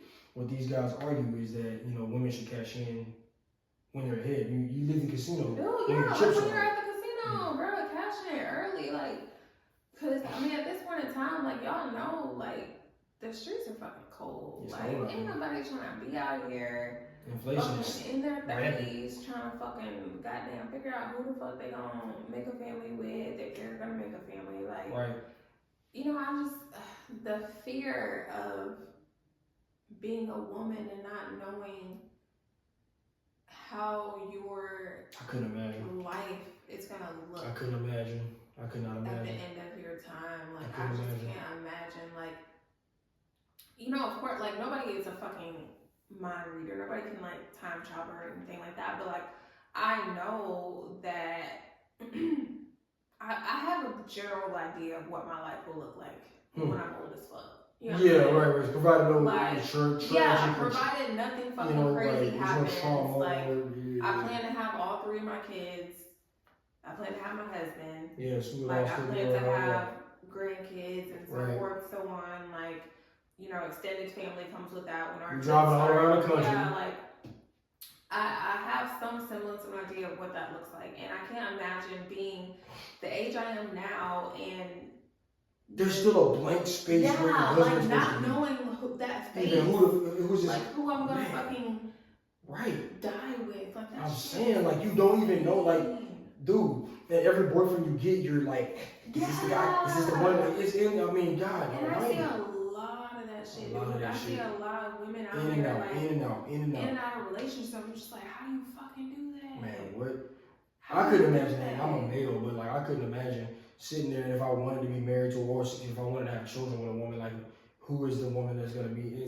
That's nowhere near as stressful. Like for a male, I'm speaking as a male. Like for a male, that's trivial. That's Like I mean, crazy. somebody's gonna get pregnant one day. You dig what I'm saying? You know what I'm saying? But like as a woman, like you gotta like.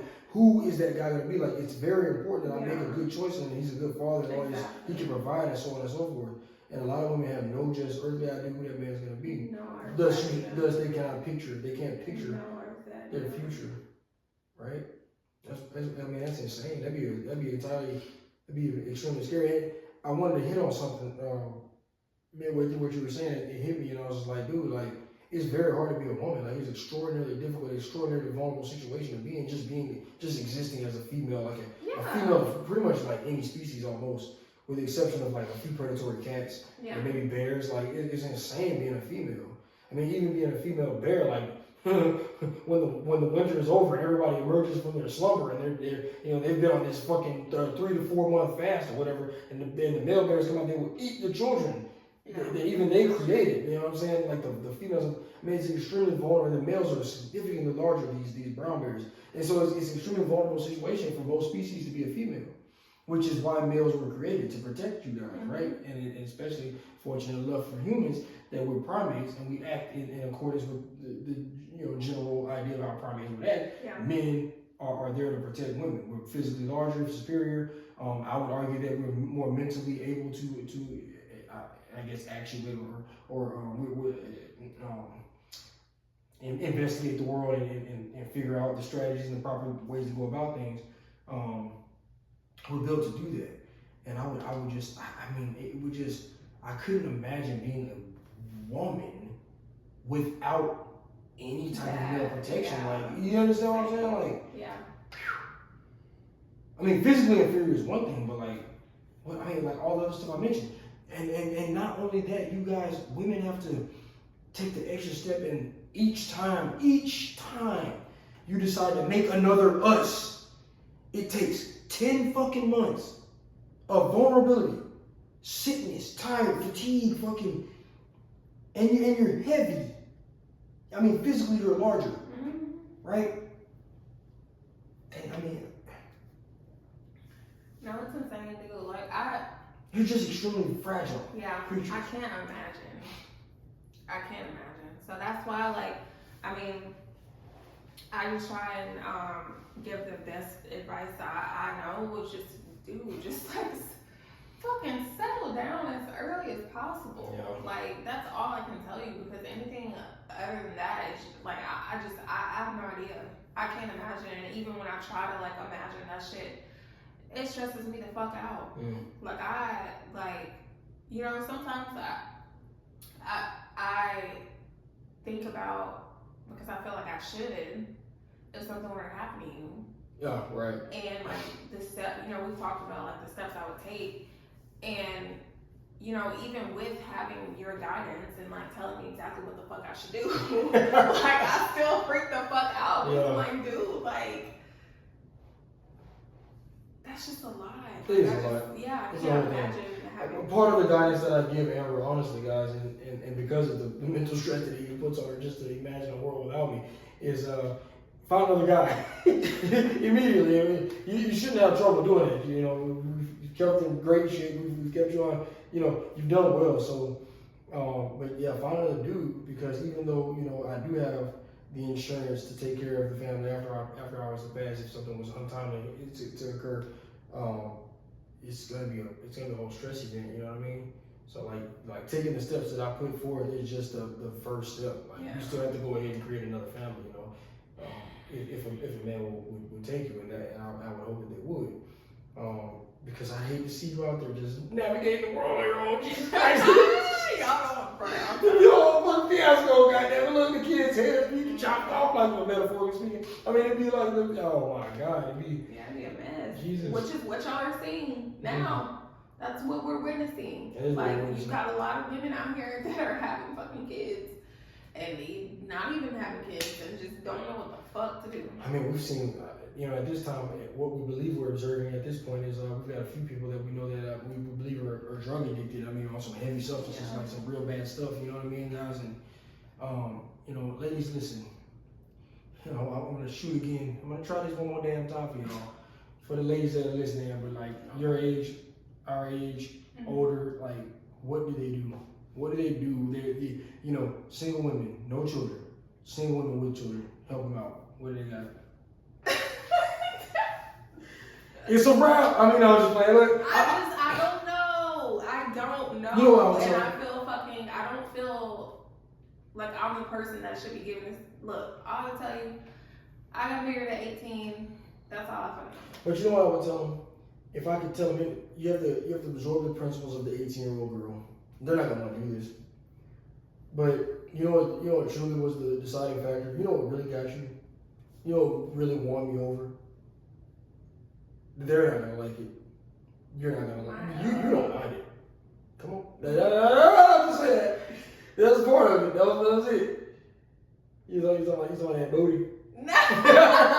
Oh, what you talking about? What you talking about? No, I was not gonna say that. What you gonna say? Because that was part of it. But what was it was the legs, the legs. Basically, my just like naivety. I was just saying ignorance. Yeah. They're not gonna like that. Yeah. But they're gonna have to make believe ignorant. They're gonna pretend ignorant. You know, not pretend ignorant, but I don't even know if you'd have to rewire the brain into like a state of like 18-year-oldness. I mean, but that's what they're gonna have to do. It's not possible. You know, because when you come to us with all the, you know, knowledge, AKA trauma. and it's trauma. Yeah. You know, it's trauma. You think you know how the world is supposed to go, but you don't You though. have no idea. You don't though. You don't know what it would be like to be with a guy who, I'm gonna be straight with you ladies, all men are controlling. All men have a set of principles that you're not gonna fuck with. At some level, we just saw a post today where a woman was like, "Why is the first year of marriage so hard?" And it's funny because and you said it was, and I said it wasn't, right? And it's like, why the disconnect, right? And again, what I'm saying here is, all men are difficult. If a woman says that marriage is hard for that first year, yeah, I'm sure it would. You're living with this guy, presuming that you didn't live with him. There's an assumption that you didn't live with him if you're saying something like that. Because it's not a statement I don't think you would make publicly. Like, you might think it in hindsight and be like, damn, that shit was tough. But, like, you're not going to go out there and bitch to the world. Because well, I mean, that's been a long-standing thing. Like, I've heard that. It's common. Yeah, like everybody says the first year of marriage is hard. That's difficult. If you can make it past that first year, then you're pretty good. It is what they say. Yeah, you're right. Yeah. I forgot about that one. And so there it is. That first year. I would say that it's adjusting to living with a man. And him telling you, like, I don't know, we're not going out tonight. Yeah, no. Yeah. It's the hell no. I don't like that. Yeah. You know? But so when a girl is young and ignorant, you know what I'm saying? Ignorance is bliss, as they say. And she will just sit there. I mean, you thought I was the world at that point. Good God Almighty. Oh, Jesus, man. I mean, those days I was crazy. Like, I was in a band doing nothing with my life. You know, I was in the greatest shape. I was smoking weed every day, all day. He was cool, y'all. Drinking alcohol every day on weekend, and we didn't go to the club, but we did stay around and watch movies a lot. We still do that today. He was really cool though, and we had a lot of fun. And the thing is, because I've heard a lot of people in the red pill community say this. I think Andrew said this, but Andrew Tate. a man wants to be able to like show you. That's it. I don't want a woman that Tate did say that. I don't want a woman that has seen it all, does it all, known it all. She's good on the yacht because nothing's gonna impress you. Yeah. But I want to see the light in your eyes when you see a thing that you've never seen before. And fortunately for me, I literally got to show her like everything. Like literally everything. Like this dude, and that's why I heavily advise women, like, if you want to experience that love and admiration for a man, like, you have to meet him when you're young, because when you're out here and you're a grown woman being independent and living your life and experiencing the world and you say like, oh, I just need to take time to like learn myself and figure out who I am. All that boils down to is that when you do eventually meet that man, he's not gonna be able to show you much of shit. That's it. He's not gonna be able to teach you much of anything because you're gonna already feel like you've experienced everything, you know everything. Like it's just not gonna be as special, and it's not gonna be as that bond just isn't gonna be there. But like when you take a woman at 18 who literally has not seen shit, and you give her a man who basically like wants to show her the world. Mm-hmm. The conundrum is psychological. It's basically what you're saying. The conundrum is psychological. If you've experienced more, because we used to think like back in the day before we had modern technology, we had Instagram and all this kind of stuff. We believed that it was like the sexual access that was causing women to like lose their minds and so on and so forth, which partially is probably true as well, like from a physical standpoint. But what about just like the psychological standpoint, like a physical standpoint, for instance, or from an experience standpoint, is what we're describing right now. But it's like, you know, Instagram makes it possible for a woman, you can wind up on a yacht. I mean, you know what I'm saying? Like, how many women wind up on Fresh and Fit just on the podcast and, like, I don't know what they do before or after the show. Like, you know what I'm saying? Maybe they have a time with the guys, or they at least get into the women, get to go to the section for free or something. I don't fucking know, but at least they're on the podcast. How many women have access to, like, vacations and big, extravagant experiences? So it's the experiences with men. Yeah. Psychologically, that is destroying the ability to pair bond. Yeah. More so maybe than the physical aspect of it. No, that's very We count it true. in bodies. That's very true. Because that's the telltale sign. It's the easiest thing to count. And it's the easiest thing to calculate. But now we have other tools by which to judge these things. You can look at a woman's Instagram. See how many nude or half naked photos because they don't allow nudity. Yeah. How many bikini photos, how many boats, how many yachts, how many parties, how many club scenes. You can literally see it's all over y'all's Facebook page. I had a girl I talk about frequently. It's interesting because you know, I was trying to hook up with her in college, and she never even actually let me hook up with her. But it's a funny story because right after I met her, and you know, nothing really transpired between me and her. Like, not where at least I didn't get what I wanted. But and we wound up, me and you getting together, and this girl, knowing that nothing between us had actually occurred, and I knew very little about this person actually. She deleted me on Facebook, interestingly. And then, remember, I went back and looked her up. I don't know, certain name obviously. Yeah, We used to call her Buffy the Vampire Slayer, right? oh my god. but I went back and looked her up, and it was interesting because she had deleted like all of her party photos and all of her shit. And I was like, she's trying to clean her act up.